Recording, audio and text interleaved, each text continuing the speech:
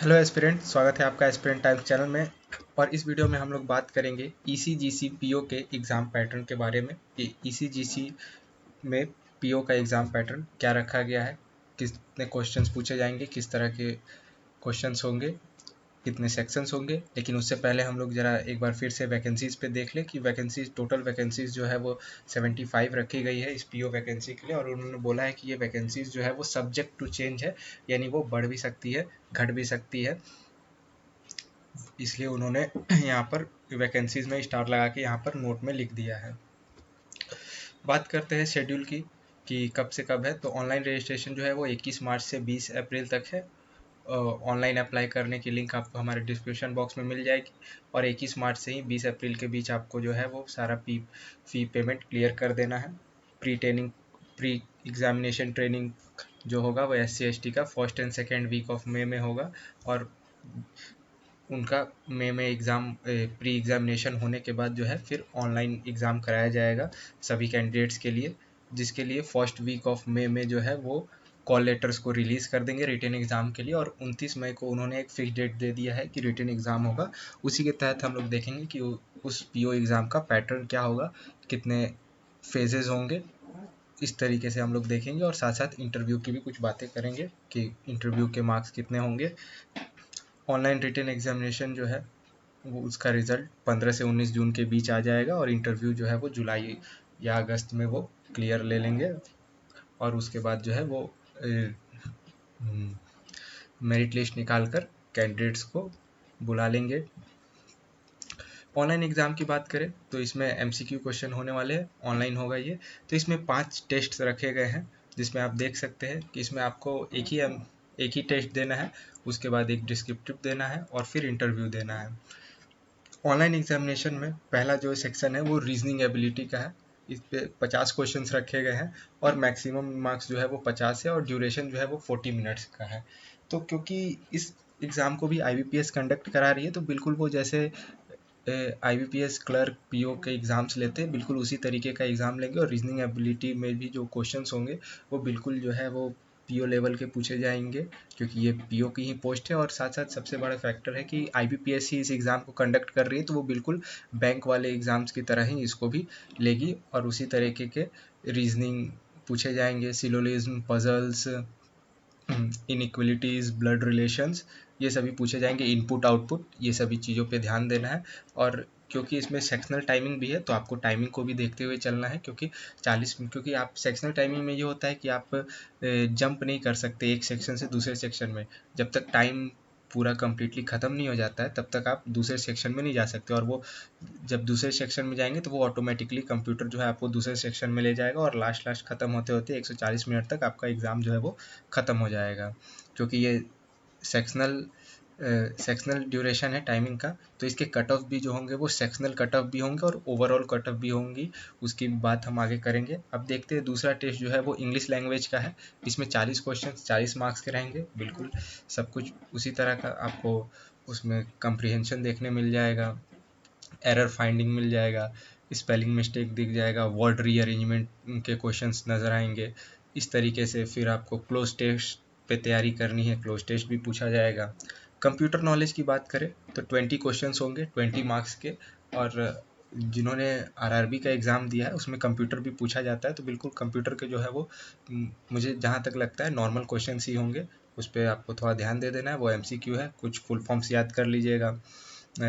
और साथ साथ कंप्यूटर का जो है बेसिक नॉलेज ज़रूर रखिएगा, उसके बारे में पढ़ लीजिएगा। इसको सॉल्व करने के लिए आपको 10 मिनट्स दिए जाएंगे। जनरल अवेयरनेस की बात करें तो जनरल अवेयरनेस में जो है वो ज़्यादा वेटेज जो है वो करंट अफेयर के ही रहने के चांसेस है। 40 क्वेश्चंस पूछे जाएंगे इस जनरल अवेयरनेस में और मार्क्स भी टोटल मार्क्स जो है वो 40 का ही है जनरल अवेयरनेस का। इसको सॉल्व करने के लिए 20 मिनट्स दिए जाएंगे। तो इसमें करंट अफेयर जो है वो आपका बहुत ही बड़ा फैक्टर रहता है। साथ साथ करंट अफेयर से जुड़े कुछ स्टैटिक जीके भी मायने रखते हैं। इसका स्टैटिक जीके कहने का इधर मेरा मतलब है कि करंट अफेयर से जुड़े हुए, जैसे कि मान लीजिए कि किसी नेशनल पार्क में कोई जानवर की संख्या बताई गई। तो आपको ये भी जानना है कि वो नेशनल पार्क किस राज्य में है। तो इस तरीके से आपका करंट अफेयर को भी स्टैटिक से जोड़कर पूछ दिया जाता है। तो अगर करंट अफेयर आप करते चलेंगे तो आपका कुछ कुछ उससे रिलेटेड स्टैटिक जीके भी हो जाएगा।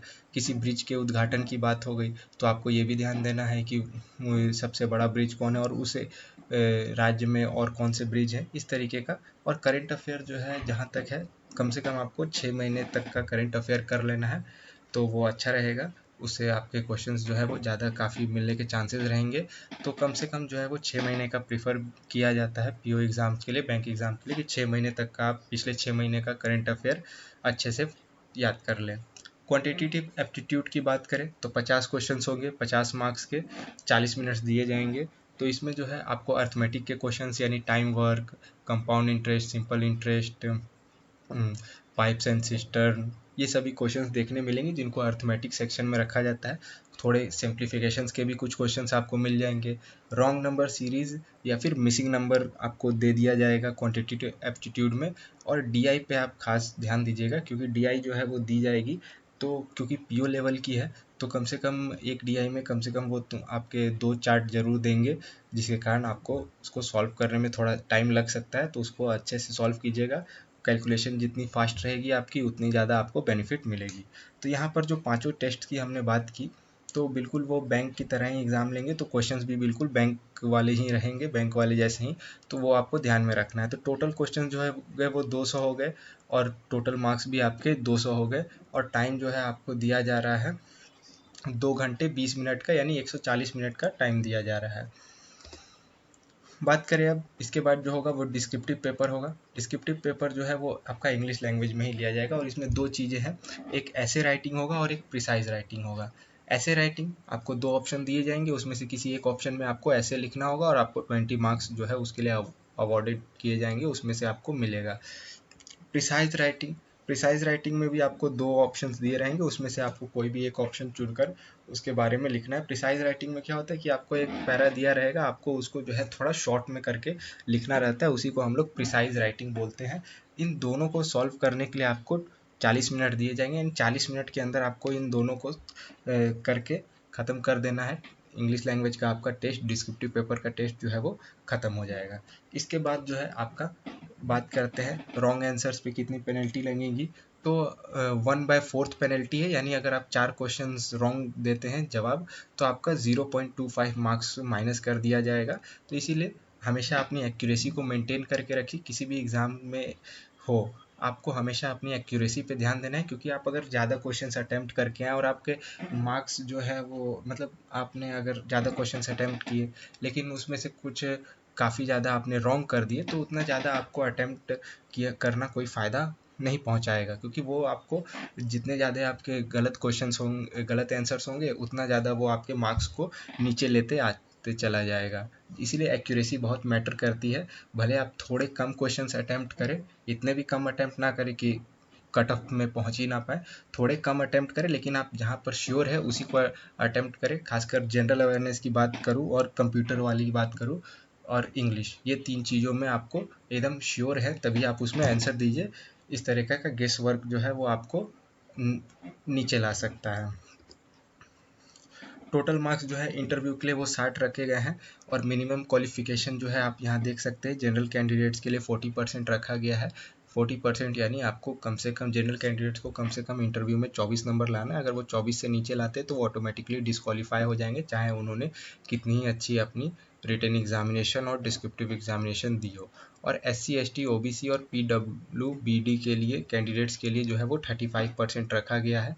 और जब इंटरव्यू होगा, आपको मार्क्स अवार्ड कर दिए जाएंगे, तो उसके बाद एक कंबाइंड फाइनल स्कोर निकलता है, जिसमें उन्होंने बताया कि ऑनलाइन एग्ज़ाम का 80 और इंटरव्यू का 20 रेशियो में, यानी 80:20 के रेशियो में जो है वो आपको फाइनल स्कोर कंबाइन होकर आएगा, जिसमें 80% वेटेज जो होगा वो आपका ऑनलाइन एग्जामिनेशन के मार्क्स का होगा और इंटरव्यू का वेटेज जो होगा वो आपके 20 मार्क्स का होगा। और उसके बाद वो लोग फाइनल मेरिट लिस्ट निकालेंगे और फाइनल मेरिट लिस्ट के बाद पता चलेगा कि वो किन कैंडिडेट्स को सेलेक्ट कर रहे हैं जो खाली बचे हुए पोस्ट है उनके लिए।